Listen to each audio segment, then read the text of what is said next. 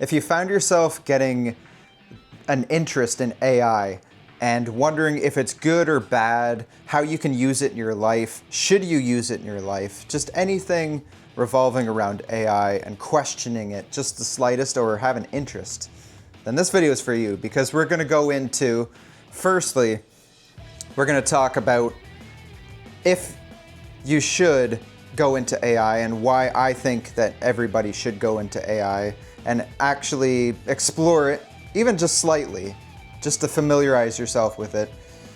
We're going to also go into the good and the bad of AI, and we're going to go into how I'm currently using AI in my life to make it a little easier and make processes flow a little bit better. So without further ado, let's get into this video exploring AI. Let's get it. So firstly, I recommend everyone at least explore AI, and this is my opinion and my view on it. AI isn't going anywhere. It's just evolving even more, and it's going to be a more present thing in everyone's lives in the future. And it's just getting crazier and crazier. So I recommend exploring into it and being as familiar with it as possible, because the reality is there are people out there losing jobs to it. So it's our job to learn as much as we can about AI and offset that damage. So maybe you're about to lose your job, but you've explored AI and how to make some money, how to use it to better your life and make life easier, make life more effective and have success. Well, you just lost your job. Now you have the AI experience, and you may be able to get into another avenue of business using that, so you won't skip a beat and you won't be screwed. So that's a positive thing going into it. And since it's not going anywhere, and it's going to be a pretty present thing in life, a lot of people are going to ask each other about it, and it's good to be that guy that knows about AI. And a lot of people are scared because it's an unknown thing. So you can be that beacon of optimism when someone's scared about AI and kind of unsure about it. You can say, okay, it's not as scary as it seems, and kind of give them a little bit of facts around AI and how they can use it in their life, and then it's not such a scary thing. Even though I do agree, I think Elon Musk was talking about setting laws revolving around AI. If you haven't seen a movie, it's way back. Haley Joel Osment was the main character in it. It was called Artificial Intelligence, a movie way back when I was young, came out. They actually had 3 laws that AI had to follow so things didn't get out of hand. So it's probably going to be a similar thing. I forget the laws they put in, but I think one of them was like AI can't kill a human. So that would be a good law to put in place. But that's my view on, a quick view right now on why you should at least consider learning some AI. So now we'll go into the good and the bad. So we'll start with the bad. We'll start with the negative stuff first and then end it on a good note. So the bad that comes out of AI is all these videos that, especially on Instagram, that you can't distinguish real from fake sometimes. You find yourself watching a video and getting really invested in it. It's like, oh my goodness, that actually happened? And then you find out it's AI, and then you kind of feel a little duped. So that's a bad thing. All these brain rot videos that captivate your attention because it's so imaginative and so outlandish that you have no, you have no other option but to basically watch it because it's so crazy. Well, something that I do when I get stuck in a little loop of watching these crazy videos, and you can spend hours watching these videos and not even notice, is you acknowledge it, and then you say, oh geez, I've been watching videos for like 5-10 minutes. Maybe I should stop, get up, get a coffee, go for a walk, and then come back to my work and not go into the Instagram right away.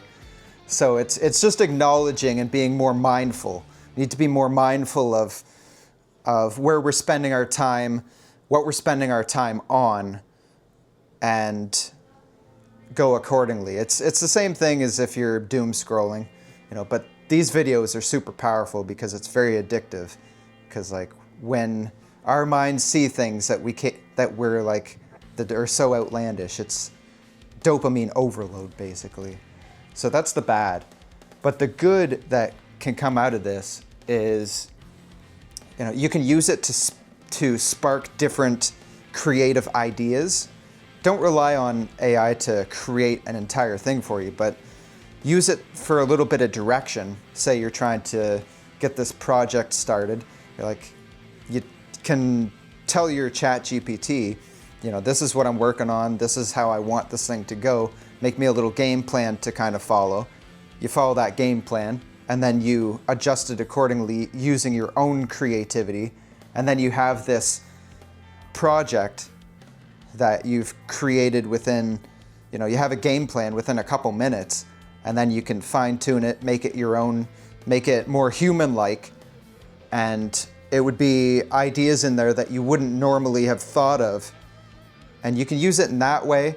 So it's basically for the creative side. You use it to get started, and you use it for a little bit of guidance, but you add your own personality and your own creativity as you go along and piece it into a puzzle. So it's kind of like a puzzle game, I think of.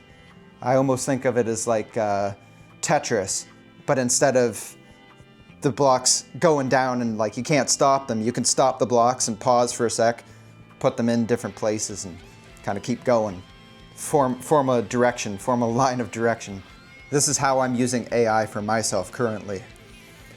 So I have ChatGPT, I use that a lot. So if I need quick knowledge and I'm trying to get a project done, I always like the old-fashioned way where I actually have to look, but sometimes I need to keep going or else I just lose that momentum. So that's where the ChatGPT comes in. You can type in something quick, ask it how to do something, how to program a certain thing, boom, gives you an answer right away. So I use a lot of ChatGPT in that way to find answers super quick so I don't lose the momentum. A lot of people think that it's lazy. It's like, oh, you're just asking ChatGPT and getting a quick answer. But when you have that momentum, you don't want to lose it. And I find a lot of people aren't successful because they stop, they have to look through stuff, find something, and then by the time they get back to the project, they forget what they were doing, then they have to regroup again.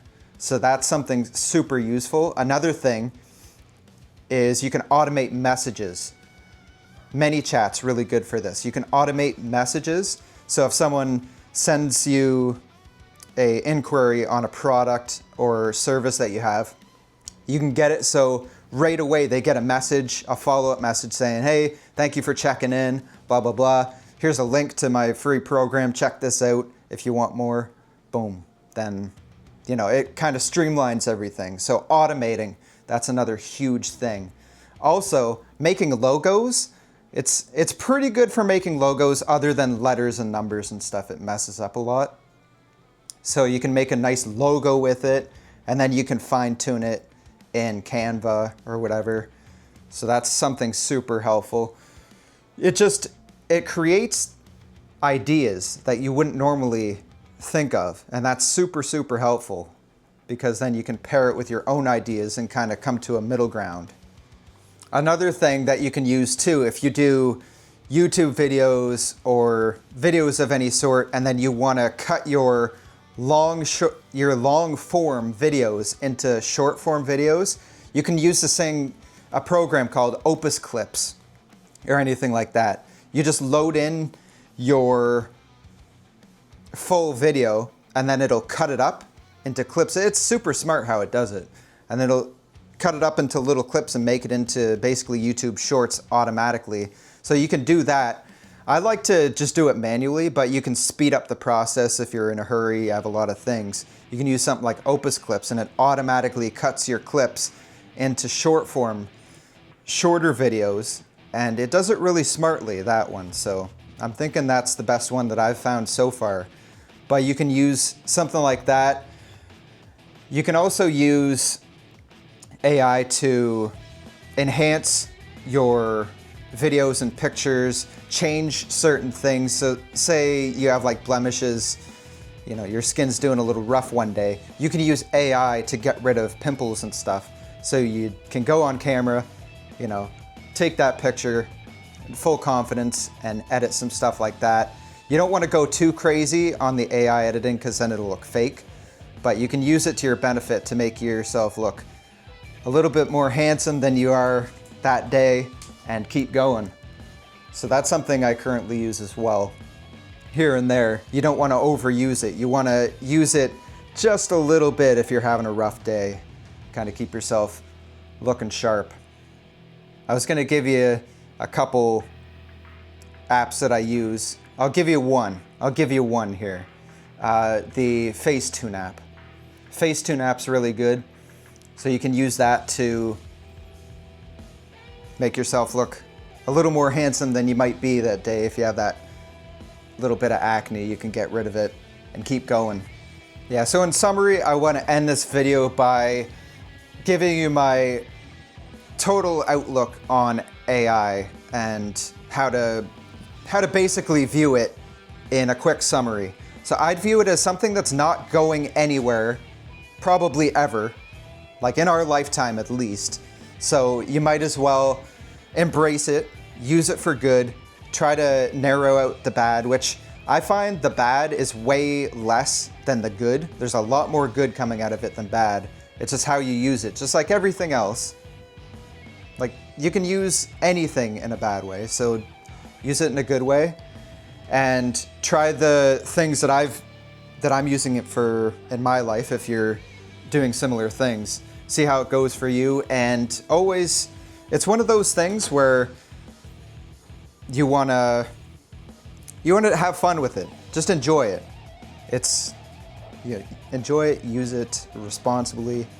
Don't use it for nefarious reasons, and use it to spark creativity and get direction. Don't use it to create the entire thing because it'll be soulless and it'll be pointless. So it's all about, I think AI, the main point, the main reason to use it is for creation. It's a huge creation avenue where it can create, you know, a whole game plan in the matter of minutes, seconds, and give you a little bit of direction, but it's up to you to meet it halfway and to add your own creative spin and life into the AI. So I hope you got something out of that. I'm just getting into it. I'm in the early stages myself, so I just want to give you what I've kind of experienced with it. And, you know, it is a scary thing for a lot of people. So if anything, I want to make it a little less scary for someone that's watching that's a little bit nervous. So click a thumbs up if you liked the video. Subscribe if you're not already. I put 2 videos out every week, and God bless. We'll see you in the next one.